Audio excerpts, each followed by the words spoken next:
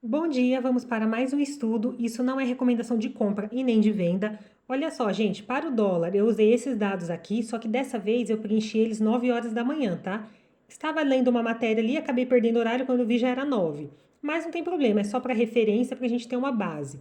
Então tá aqui, né? 9 horas eu coloquei esses dados e para o índice eu usei esses daqui, tá bom? Vou fechar aqui. Eu fiz uma compra, gente, duas na verdade, né? Tentei duas comprinhas no dólar. A primeira, tá vendo? Comprei aqui, saí bem do ladinho aqui, olha, na proteção, né? No 0 a 0. Depois eu entrei de novo e consegui sair aqui em cima. Vamos entender os motivos aí pela compra e também por que eu não levei mais esse trade. Primeiro, hoje, o site aqui, né, Metrópolis, deixou essa notícia, liberou essa notícia, olha só.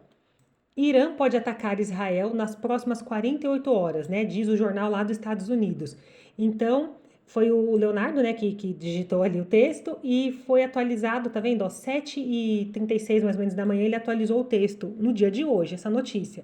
Então, vejam que, por que eu tô até destacando o horário? Para vocês perceberem que muitas notícias, às vezes, acontecem e elas saem antes de abrir o nosso pregão. Então, a gente já consegue ter alguma ideia de como o cenário pode acontecer, tá bom? Essa é a ideia principal. Mas falando aqui da notícia, gente, olha só, aqui a gente está falando sobre um possível ataque, sobre uma, né, a guerra que está acontecendo. Então, quando a gente pensa em guerra, a gente já tem uma visão mais para o setor de geopolítica, tá bom? Que seria ali conflitos, né, essas questões entre países. E aí o que acontece? Para os países fluírem, tudo fluir muito bem, gente, no mundo, tá? A gente precisa da diplomacia, né? Traduzindo assim de uma forma mais simples, é uma amizade, é uma parceria entre os países. Por que que precisa da diplomacia? Para que os países possam fazer comércio entre si, tá bom? Então um compra do outro, vende, importa, exporta, então por isso que precisa. O que está acontecendo aqui? O Irã, né, tá no meio ali da guerra, ele tá querendo atacar Israel. Só que o Irã, gente, ele é um grande produtor de petróleo, e então ele exporta muito petróleo, tá entendendo? Ele importa também, né? Nenhum país é autossuficiente, eles sempre vendem e compram, mas assim, nesse caso aqui, o Irã, ele produz bastante e consegue vender muito. O que acontece? Então, por aí vocês já estão ligando os pontos, né? Então, aqui a gente está falando de um conflito geopolítico, a gente também está falando que o Irã produz e fornece, vende muito petróleo, e aí, se ele está metido ali no meio da confusão da guerra, começa a gerar um quê? Um receio de afetar de alguma forma essa circulação do petróleo, essa venda e compra, toda essa produção de petróleo. O que acontece? Gera uma insegurança, o preço, né, do petróleo sobe, né? Porque entra naquela questão de oferta e demanda. Então o pessoal começa a ficar, eu digo assim, né, gente, os países, né? Eles podem ficar com receio de começar a faltar petróleo, então eles começam a querer comprar mais. Nisso que todo mundo está indo atrás para comprar, não tem a quantidade suficiente. O que acontece? O preço sobe, porque entra na questão de oferta e demanda. Tem muita gente procurando e não tem tanto disponível assim. Basicamente, esse é o contexto que a gente precisa entender.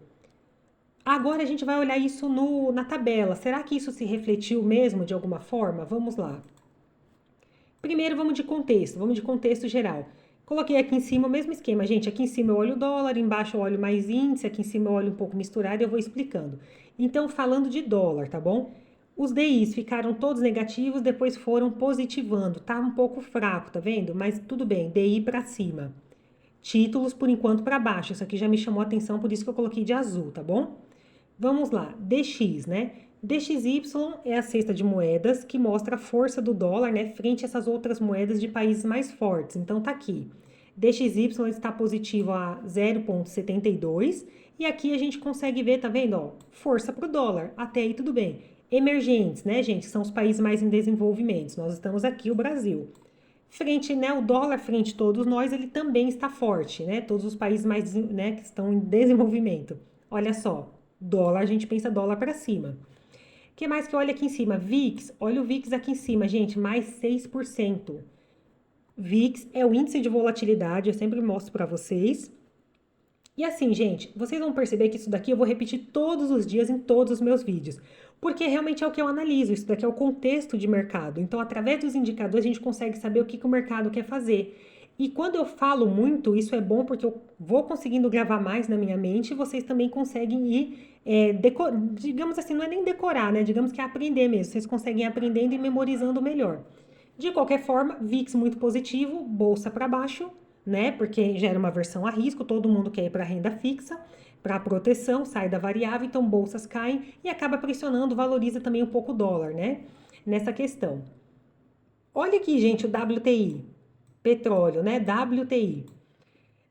Tem vídeo no canal já falando essa questão de inflação, né? É muito comum a gente se confunde muito, porque o petróleo, ele tem uma correlação, assim, é inversa ao dólar, né? Então, quando um sobe, o outro desce, isso de fato é verdade. Só que nesses casos aqui, o petróleo, ele se torna um ativo completamente inflacionário. Então, quando ele está acima de 80 dólares, se torna, né, acaba ficando muito inflacionário, e isso acaba diminuindo a força de outras moedas e elas perdem força frente a quem? Frente ao dólar. Por isso que o dólar acaba subindo quando o petróleo está muito caro, porque pressiona ele, tá bom? Então, olha só, 87 dólares o petróleo, vocês já viram a notícia lá da guerra, já tem uma justificativa, né? Então, bombou ali, beleza. Aqui a gente consegue olhar o euro. Gente, por que eu sempre falo do euro? Eu tô sempre falando. Porque quando a gente olha dentro do DX, perceba que a gente tem várias moedas. Só que a segunda moeda mais forte é o euro, tá bom? Então é ela que bate de frente ali com o dólar. Então, por que precisa sempre olhar o euro? Se vocês olharem aqui no quadradinho de DX, vocês acabam vendo que está positivo, né? Então vocês acabam pensando assim, o dólar vai subir. Só que vocês não olham dentro da cesta de moedas, né? Eu não posso nunca olhar só aqui, tá vendo, ó? Ah, tá bom, tô vendo que o DX tá 0,72, então o dólar tá forte. Nunca deve ser olhado assim. Vocês precisam olhar por dentro da cesta de moedas para ver. Porque as outras podem estar positivas, então aqui em cima a referência, aqui em cima vai aparecer positivo. Só que quando você olha frente ao euro, o dólar tá fraco, então esse dólar provavelmente não vai subir. Entenderam o contexto? Olha sempre tudo, tá bom? Limpar aqui só para tirar um pouco a bagunça. Beleza, já falei do euro, agora também aqui o real, mesma coisa, ó. O SD, né? O dólar tá forte frente ao real. E aí eu marquei aqui, gente, setor de commodities, marquei de azul. Por quê? Commodities, ele é legal para quem? Para o mini índice, né? Então, quando ele está muito positivo, a gente pensa numa subida ali no Ibov, porque a nossa bolsa ela é feita por commodities. Só que a gente tem um ponto importante. Commodities também, ele se torna, né, um ativo completamente inflacionário. E aí, se a gente até mesmo olhar essa questão da guerra que eu falei para vocês, né? Quando a gente pensa em geopolítica, a gente pensa em commodities. Quando a gente pensa em commodities, a gente pensa em petróleo. Então, vocês conseguem entender a correlação? Olha só, commodities está muito positivo, petróleo está muito positivo. E isso pode sim pressionar o dólar para baixo, tá bom? Para cima, desculpa, para cima, por questões inflacionárias.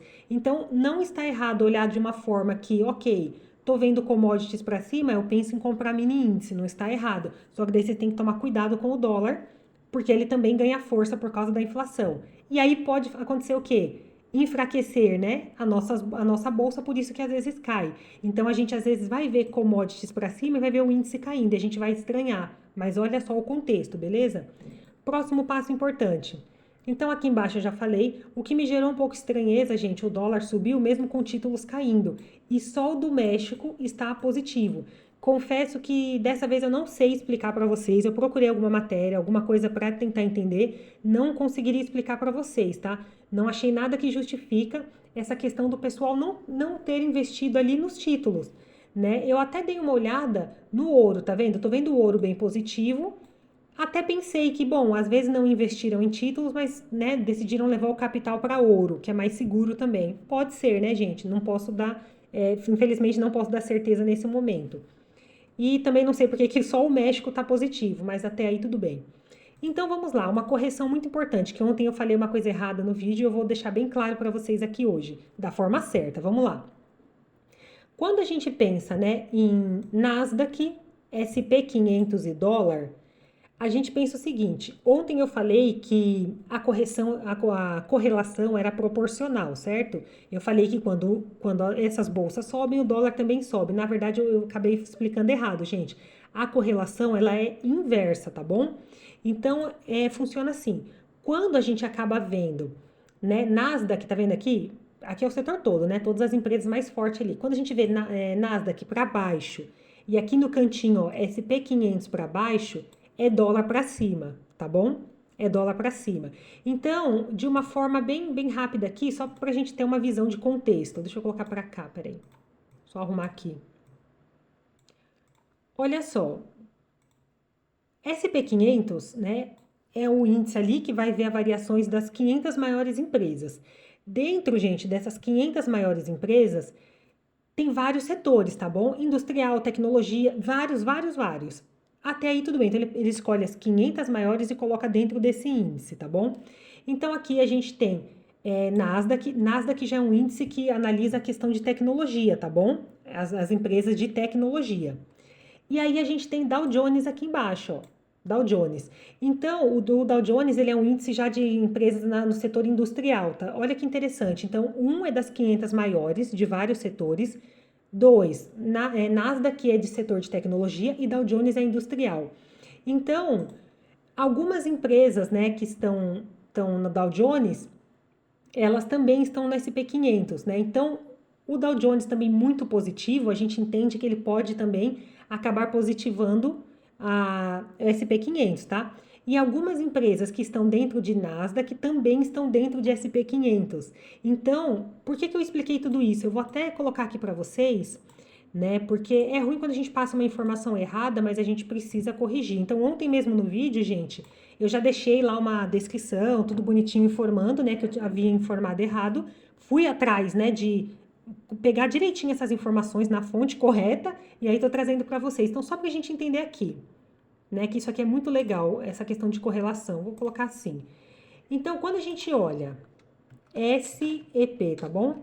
500, eu vou colocar assim, ó, e vou colocar dólar, tá bom? Aqui embaixo, então, eu vou colocar Nasdaq, e aqui eu vou colocar dólar, beleza. E aqui do ladinho, olha, eu vou colocar Nasdaq, tracinhos e o SP500. A gente vai olhar aqui, gente, as correlações.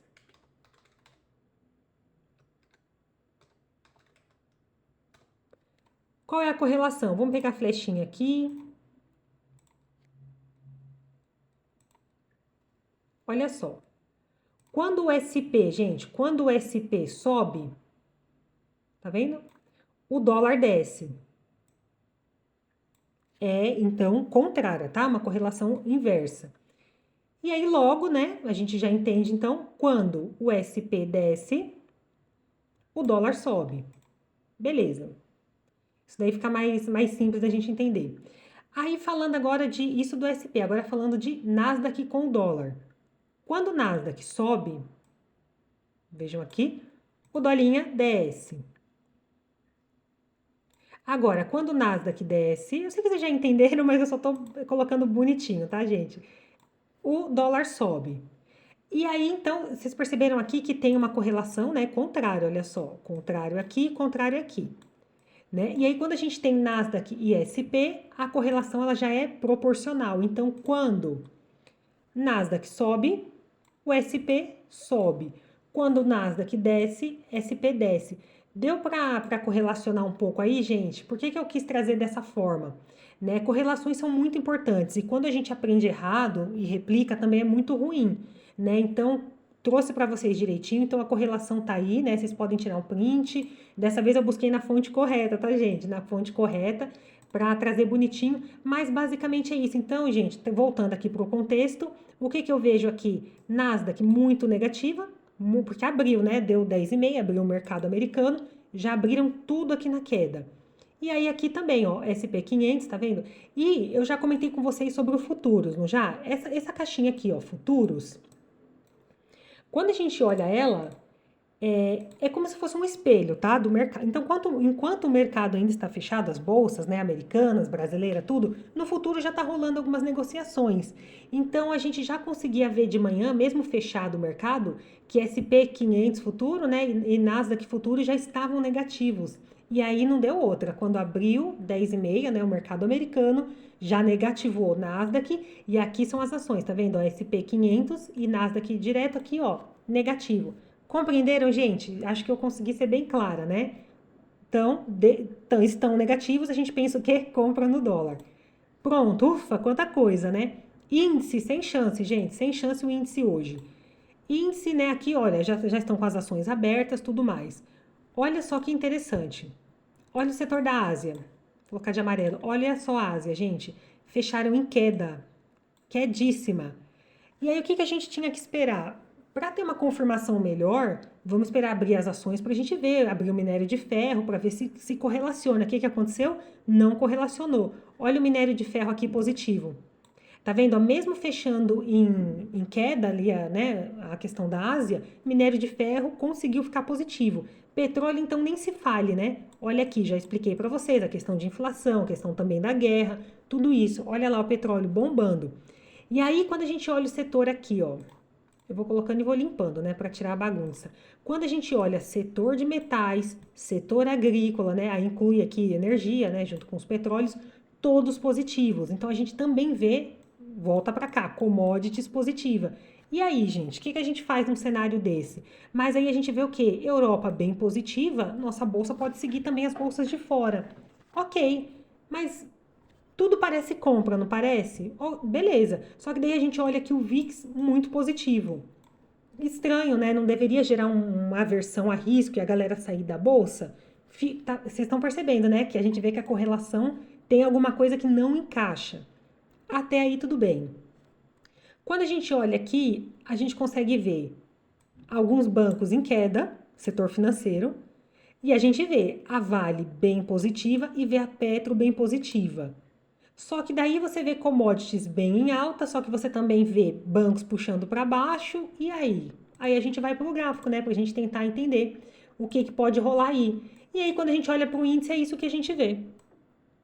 É essa palhaçada aí, o mercado todo, claro, brincadeira, né, modo de dizer, mas a gente vê essa situação. A gente vê o mercado travado, né, olha, vai para cima, vai para baixo, tal, ameaça ali, né, dar uma possível venda. Só que aí quando eu olhava, gente, eu tava olhando aqui, essa questão deixa eu até colocar minha lista. Eu acho até que já tá. Eu estava olhando Petro, estava positiva, Vale estava positiva, só que olha os bancos puxando, tá vendo? O Bradesco, Itaú, bancos puxando para baixo. E aí, o que a gente faz, né? Se a gente for olhar num contexto geral, vamos olhar o setor. Vamos colocar aqui, ó, índice, coloca aqui BOV. Vamos aumentar tudo, gente. Cadê a variação? Vamos colocar por setor. E aí, o que vocês acham? Olha, aqui eu consigo ver alguns setores. Aqui o financeiro já negativou, né? Negativou o financeiro, tá puxando. Olha os materiais básicos aqui, ó, um pouco mais positivo. Aí vem os petróleos, tá vendo? Isso que eu comentei com vocês, que eu gosto de olhar por dentro dos setores, que daí eu vou assimilando também o nome das empresas e tudo mais. Olha essa questão do petróleo, gente. Olha, as Petros estão aqui no cantinho positivas, né? E a gente tem essas outras empresas aqui também, com essa questão de petróleo, gás, biocombustíveis, está em alta. Então, como que vende o índice com Vale, Petro na ponta compradora? É isso que eu fiquei pensando. Não vende, não vende, não tem. Eu não vendi, né? Tô falando de mim, eu não tive essa clareza. Então eu queria vender, mas vendo aquela situação não tinha como. Beleza, né? Não fiz nada no índice. Então o dólar, né? Trazendo aqui essa confirmação. Tô deixando nos 5 minutos, né? O dólar foi o seguinte.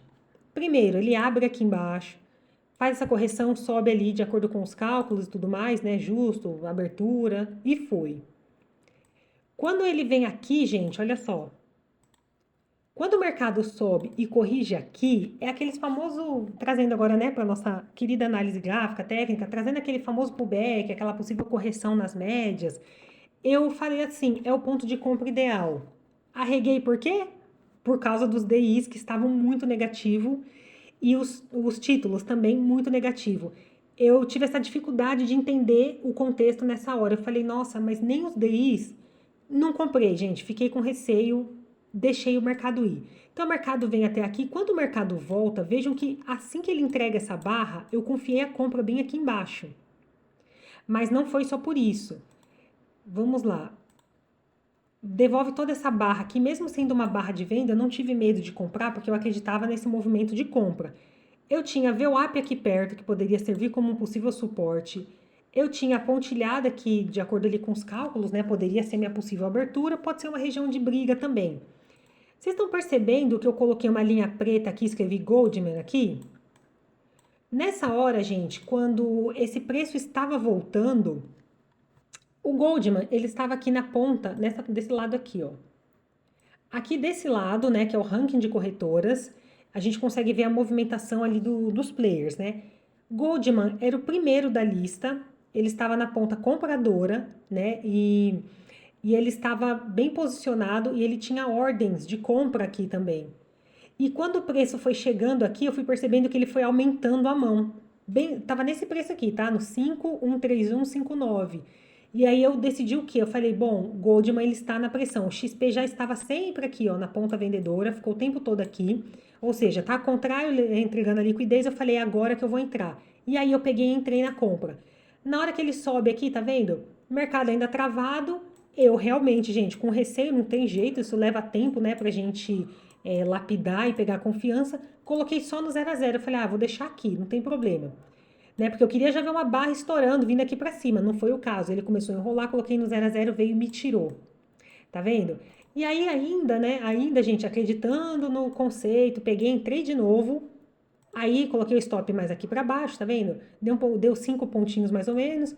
Ele dá uma enroladinha aqui e tal e sobe. Quando ele chegou aqui, aí vem aquela história que aconteceu ontem que eu falei pra vocês. Veja que a gente tem essa região aqui por causa desse pavio. Eu já entendo que tem players ali na posição vendedora, né? Por mais que eu não olhe, gente, as ferramentas de fluxo, que eu ainda não me adaptei, mas eu já sei que quando fica pavio assim, se torna uma resistência porque tem players ali, né, posicionado. Então tá aqui, ó, ficou essa região, o que que eu fiz?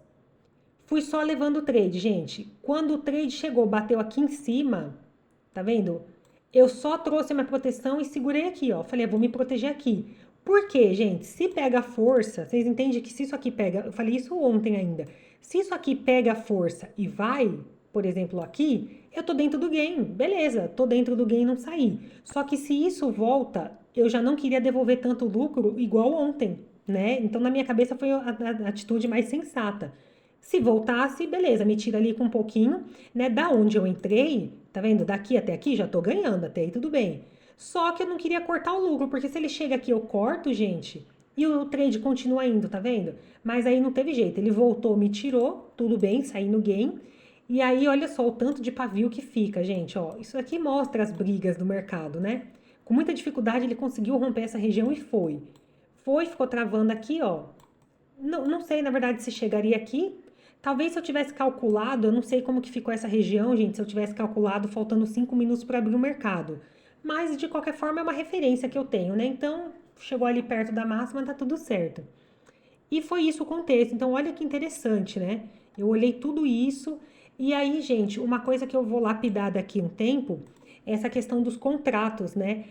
Faz muito tempo que eu não utilizo a parcial como proteção. Na parcial é aquela coisa assim, o único ruim que quando você entra com um pouco mais de lote, você vai fazendo parcial, se o trade vai a favor, você está ganhando menos, né? Porque você já vendeu alguns lotes ou já comprou, quer dizer, na verdade você já soltou alguns lotes antes.